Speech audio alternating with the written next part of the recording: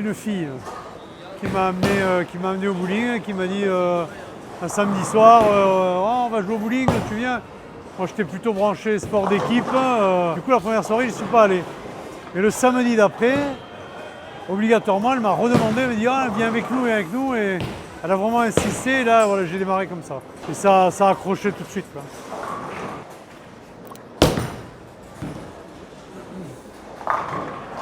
Les premières, on y va doucement, hein, parce que j'ai eu ma première licence 1984.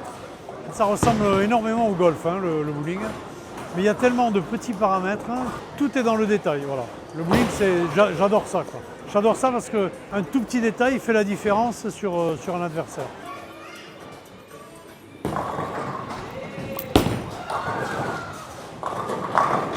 Voilà, là on rigole plus, là. Ça y est, c'est fini.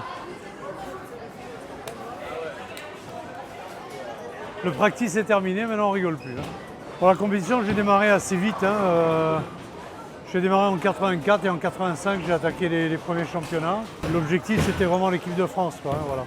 J'ai mis du temps, hein, parce que ça a été compliqué. J'ai eu la chance de jouer aussi avec l'équipe de Barcelone. J'ai été 8 fois champion d'Espagne, 3 Coupes du Roi, 8 titres de champion de France et 3 Coupes de France. Après, au niveau international, j'ai fait 2 fois médaille d'argent au championnat d'Europe et 1 fois médaille de bronze au championnat du monde. Il y a du practice, bien sûr, hein, le practice c'est essentiel. J'ai eu la chance d'avoir un coach mental pendant plusieurs années. J'ai la chance d'avoir une salle de muscu à la maison. Hein. Une boule, ça fait quand même 7,5 kg. Si on fait 1 ou 2 parties, c'est pas très important, mais quand vous en faites 10, 12 dans la journée, multiplié par plusieurs jours de compétition, à la fin ça pique, quoi, hein. Normalement, on doit savoir avec quel type de matériel on va jouer et quelle zone de jeu sur la piste on va choisir. Après, à l'entraînement, le plus important, c'est pas de faire des strikes, c'est pas ça le plus important. C'est justement de sortir un petit peu de sa zone de confort et d'aller choisir des zones de jeu qu'on n'a pas l'habitude de pratiquer pour le jour où la piste nous demande de jouer à cet endroit-là, d'être capable d'y aller. Après, il y a quelque chose de primordial pour moi. Ils savent tous que je suis très accroché à ça.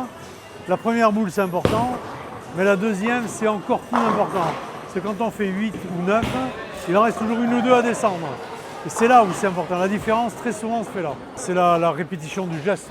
C'est toujours avoir la même approche, ne pas partir de travers, marcher de travers. Il faut toujours marcher le plus droit possible. C'est jamais acquis le bowling. J'ai plein de copains qui ont arrêté de jouer pas parce qu'il manquait de niveau, mais parce qu'il manquait de motivation, il manquait d'envie. Moi, je l'ai toujours. Alors, je me régale parce que je joue avec des gamins. Là, voilà. Lui, il a 16 ans. C'est un vrai plaisir là, toutes les semaines de venir m'entraîner avec eux, pourvu que ça dure, quoi, hein.